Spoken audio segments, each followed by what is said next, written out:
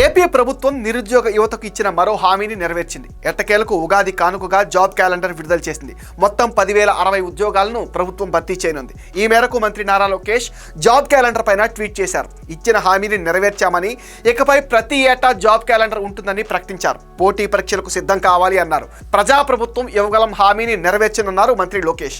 ఇకపైన ప్రతి ఏటా జాబ్ క్యాలెండర్ ఉంటుందని కూడా చెప్పారు. ఉన్నత విద్యాశాఖలో 1,500 పోస్టుల భర్తీకి మే 15 నోటిఫికేషన్ విడుదలవుతుంది. 91 గ్రూప్ 1 పోస్టులకు ఆగస్టు 15 నోటిఫికేషన్ రానుంది. హోంశాఖలో 2,778 పోస్టులకు ఆగస్టు 15 నోటిఫికేషన్ వస్తుంది.